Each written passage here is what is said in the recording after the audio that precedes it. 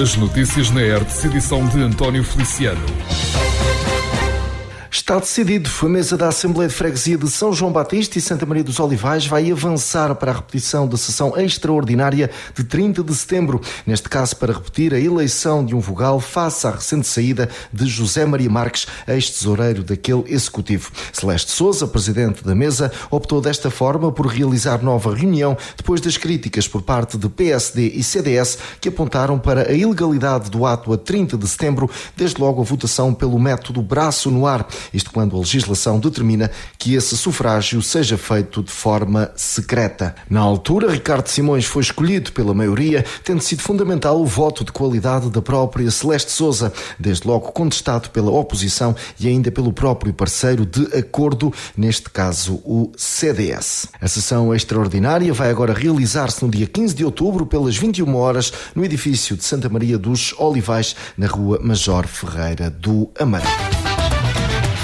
Atenção ao agravamento das condições atmosféricas para o concelho de Tomar, assim como para a globalidade do Médio Tejo. O Instituto Português do Mar e da Atmosfera irá colocar o território nabantino sob aviso amarelo a partir das 3 da manhã desta quarta-feira, 9 de outubro, com previsões de ventos com rajadas que podem atingir os 75 km por hora. Dentro deste quadro, projeta-se precipitação forte, pelo que se torna necessário estar alerta a zonas com histórico de inundações urbanas por acumulação de águas pluviais, assim como as cheias causadas pelo transbordo de rios e ribeiras, e ainda há instabilidade em encostas, com risco de deslizamentos e derrocadas. Desta forma, tenham atenção um conjunto de medidas preventivas, como a desobstrução dos sistemas de escoamento de águas pluviais, a fixação de estruturas soltas, como andaimes ou painéis, cuidado redobrado ao circular em áreas arborizadas e ao conduzir, reduzindo a velocidade e evitando atravessar zonas inundadas. Rádio Hertz, a primeira a informar. A denúncia partiu do próprio presidente da Câmara de Tomar, Hugo Cristóvão, via redes sociais. Alguém partiu uma das árvores situadas na várzea pequena em mais um lamentável ato de vandalismo de que a cidade tem sido alvo no decurso dos últimos tempos. Por aquilo que a nossa redação apurou, ainda se equacionou como possibilidade do vento que se faz sentir nas últimas horas, mas, na verdade, os serviços municipais depressa colocaram de parte qualquer fenómeno atmosférico como uma explicação para o sucedido. Já não é a primeira vez, longe disso, que alguém resolve atentar contra o ambiente, neste caso com o corte de troncos com o nítido propósito de derrubar árvores. Recorde-se que a Polícia de Segurança Pública identificou 2 jovens pela prática de atos de vandalismo, sendo que um dos casos esteve relacionado com a pintura de inscrições no complexo da Levada. O infrator foi punido com uma multa. No entanto, estes lamentáveis episódios sucedem-se com claro prejuízo para o património público. Rádio Hertz, informação. É já nesta sexta-feira, 11 de outubro, que será apresentado o projeto de reabilitação da envolvente à Estrada Nacional 110, desde São Lourenço até à rotunda para a zona industrial de Tomar. As linhas mestras serão assim dadas a conhecer na Associação Cultural e Recreativa de Carvalhos de Figueiredo pelas 18 horas, sendo que a população está convidada a comparecer para perceber o que o futuro lhe poderá reservar. Estará em causa uma obra que deverá iniciar-se durante o ano que se avizinha, ao que tudo indica, dividida em 2 fases, com um custo que deverá rondar os 7 a 8 milhões de euros. Para além da questão da segurança para peões, a intervenção irá adotar aquela artéria de infraestruturas como água e saneamento, gás ou iluminação pública, entre outras valências. Contactado pela Hertz, Augusto Barros, presidente da Junta de São João Batista e Santa Maria dos Olivais, não escondeu o alívio e alegria ao ver que esta reivindicação de há décadas vai avançar. O autarca apelou a uma presença em peso da população.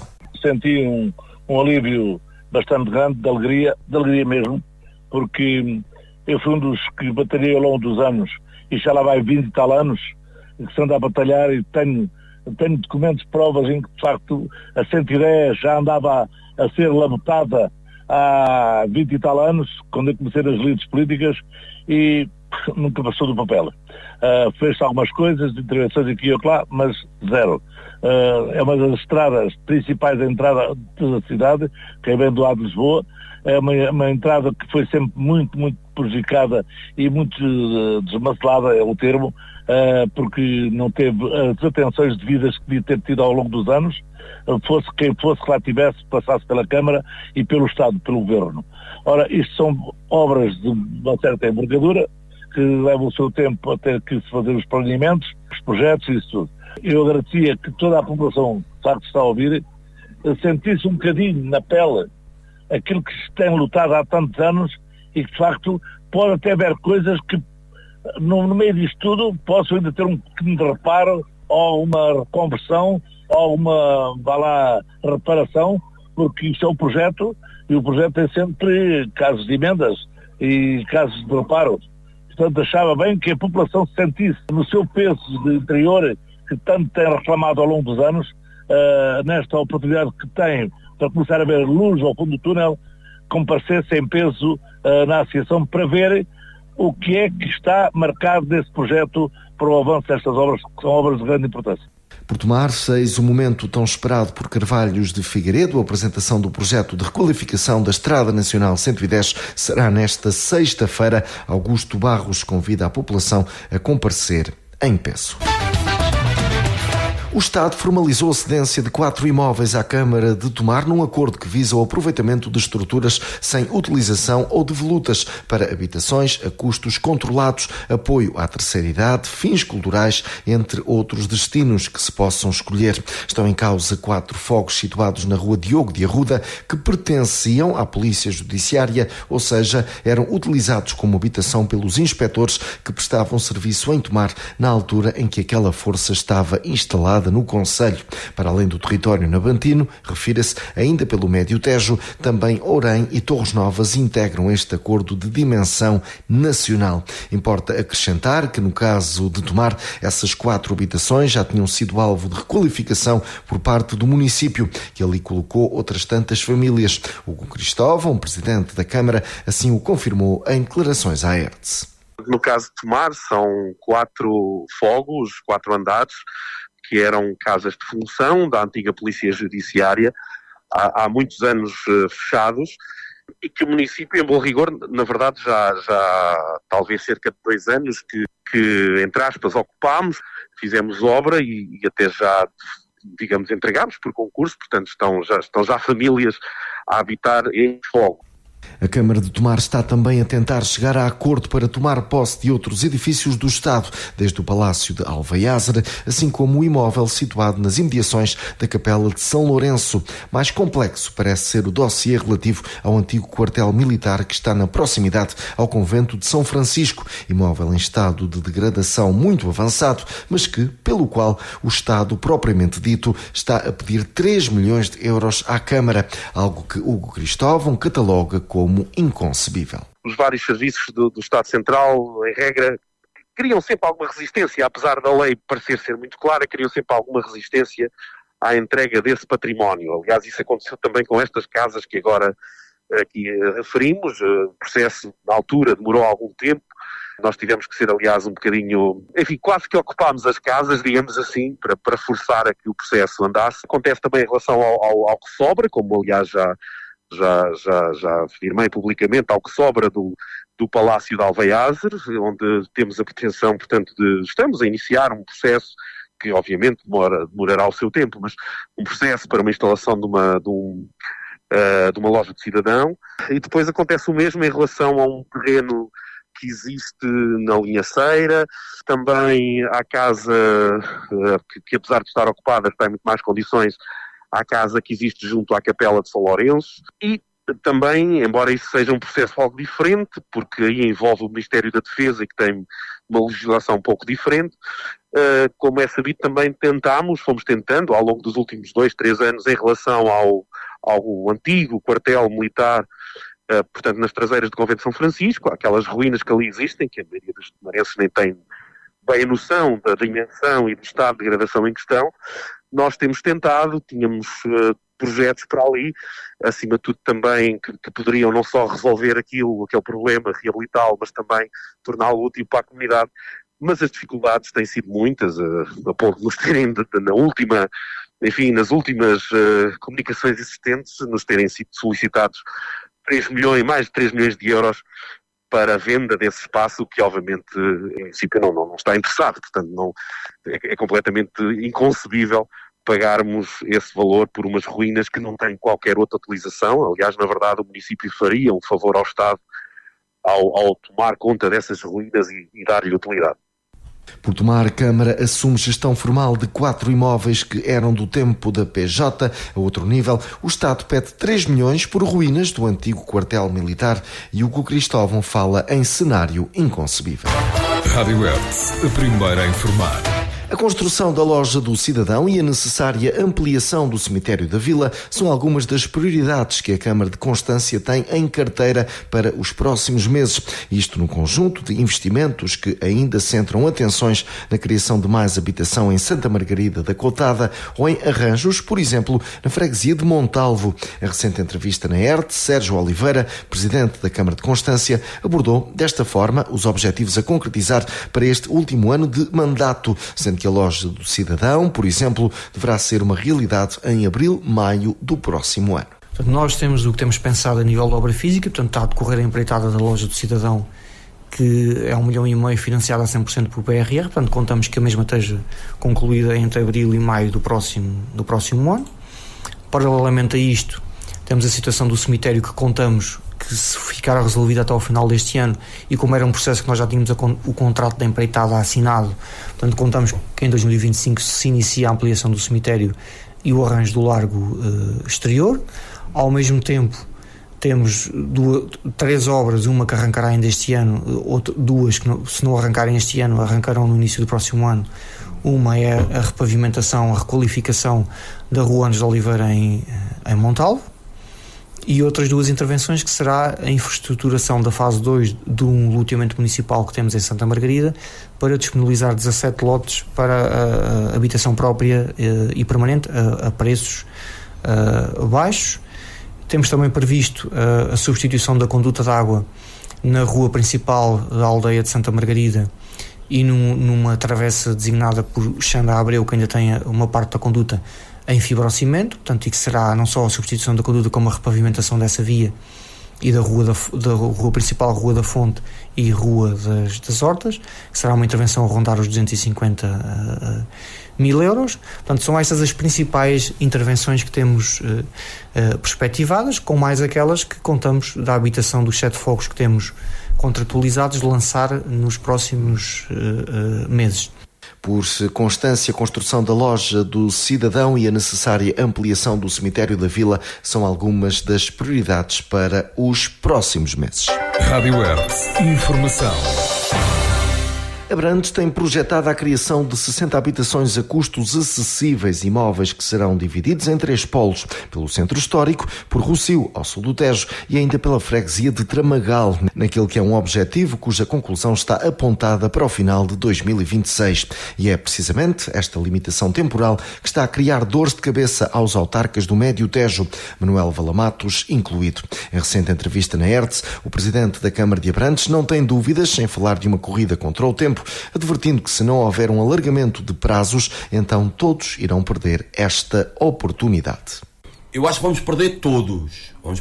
Eu não lhe sei dizer em concreto se vamos perder 3 casas, em vez de fazer 60, fazemos só 57 ou fazemos 55. Os nossos processos estão todos a andar. Ainda falta assinar alguns acordos com o IRU. Mas, de facto, em Abrantes as coisas estão a andar com relativa naturalidade. Isto não pareça nenhuma ideia de que em Abrantes está tudo bem e nos outros lados é que está mal. Não é nada disso. Os problemas de Abrantes são os problemas dos outros. Estamos todos em igual circunstância. Não é nada disso. Mas aqui, em concreto, eu julgo que em Abrantes as coisas estão a andar com relativa normalidade.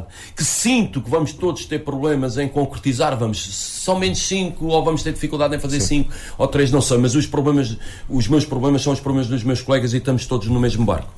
Para onde é que estão projetadas essas habitações? Nós temos metade das habitações, há 2 grandes polos de concentração de habitações, no centro histórico, mesmo junto ao edifício da Câmara Municipal de Abrantes, num conjunto de edifícios que já eram nossos, por isso também foi mais fácil depois protocolar com o IRU. E depois vamos ter também em Rossio, ao sul do Tejo, outros tantos apartamentos, cerca de 25 mais ou menos apartamentos também em Rossio, ao sul do Tejo, um edifício que vamos recuperar, e 3 edifícios vamos fazer de novo. E depois também no Tramagal também vamos ter alguns apartamentos. Digamos, vão ficar divididos entre o Rossio, a zona histórica da cidade, mesmo junto à Câmara Municipal, e Tramagal. Concelho de Abrantes, projetada a criação de 60 habitações a custos acessíveis. Imóveis serão divididos pelo Centro Histórico, por Rossio, ao sul do Tejo, e ainda pela freguesia de Tramagal. Um homem de 51 anos foi detido pela Guarda Nacional Republicana do Cartacho, acusado de violência doméstica. Na sequência de uma denúncia, os militares da GNR apuraram e verificaram que o suspeito perseguia a vítima, sua ex-companheira de 43 anos, causando-lhe medo e obrigando a que esta estivesse privada da sua liberdade. O indivíduo foi assim detido em flagrante delito. A ação contou com o reforço dos militares do Núcleo de Investigação e Apoio a Vítimas Específicas de Santarém. O homem foi presente ao Tribunal Judicial de Santarém, precisamente tendo sido aplicada a medida de coação de proibição de contacto com a vítima. Rádio Hertz, a primeira a informar. A aposta da Câmara de Alvaiazer na valorização cultural do concelho é uma aposta ganha. O município foi distinguido recentemente com o Prémio Excelência em Cultura, precisamente pela disponibilização de uma sala de cinema, um investimento financiado pelo Plano de Recuperação e Resiliência e, claro, com esforço financeiro por parte da autarquia. Um esforço que, para João Paulo Guerreiro, presidente da Câmara, tem valido muito a pena. Em entrevista na Hertz, o autarca deixou claro que é o objetivo do seu executivo combater o estigma de que nas zonas mais interiores não há a possibilidade de acesso à cultura. Tem valido muito a pena. Ainda existe um certo estigma de que quem vive nas zonas mais interiores, fora dos centros urbanos, não tem tanta possibilidade de acesso à cultura. Mas quando chegou à Câmara, era isso que acontecia? Um pouco, não diria que era totalmente, mas nós tentámos melhorar. Tentámos melhorar fornecendo ou criando mecanismos para que as pessoas possam, e os alveiarenses possam e tenham acesso a vários tipos de cultura, com imensas exposições que nós fizemos, com a criação de vários eventos, de vários festivais, desde logo com um investimento também apoiado pelo PRR, de recuperação da nossa Casa da Cultura. Neste caso o PRR financiou a instalação de uma sala de cinema de última geração, e a Câmara fez um esforço também do seu orçamento para requalificar todo o espaço. Tem valido a pena porque temos uma sala de cinema com todas as condições, ao nível em termos tecnológicos, está no top 20 das salas nacionais, e o mais gratificante de tudo é que a adesão da população tem sido fantástica. Nós sabemos que hoje em dia num cinema tradicional não é barato uma família de 4 pessoas ir assistir a um filme, comer umas pipocas, beber um sumo, saem umas dezenas de euros de orçamento, e hoje em dia não é fácil, para além da deslocação aos cinemas. E assim Alvaiazer, também com um preço mais simbólico dos bilhetes, consegue-se dar acesso às pessoas e aos alveiarenses também essa forma de cultura, e fomos ainda esta semana premiados com o Prémio Excelência em Cultura, exatamente por esta iniciativa que tem tido um imenso sucesso. Município de Alvaiazer com clara aposta no setor cultural e foi recentemente distinguido com o Prémio Excelência em Cultura pela disponibilização de uma sala de cinema. Rádio Hertz, informação.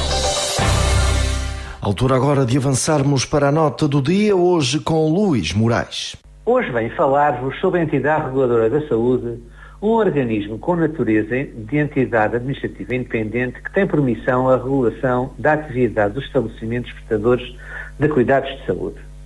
Em conformidade com os seus estatutos, a entidade reguladora tem por missão a regulação da atividade dos estabelecimentos prestadores de cuidados de saúde, e as suas atribuições compreendem a supervisão desses estabelecimentos no que respeita ao cumprimento dos requisitos de exercício da atividade e de funcionamento, incluindo o licenciamento dos estabelecimentos prestadores de cuidados de saúde, a garantia dos direitos relativos ao acesso aos cuidados de saúde, a prestação de cuidados de saúde de qualidade, bem como aos demais direitos dos utentes e à legalidade e transparência das relações económicas entre os diferentes operadores, entidades financiadoras e utentes.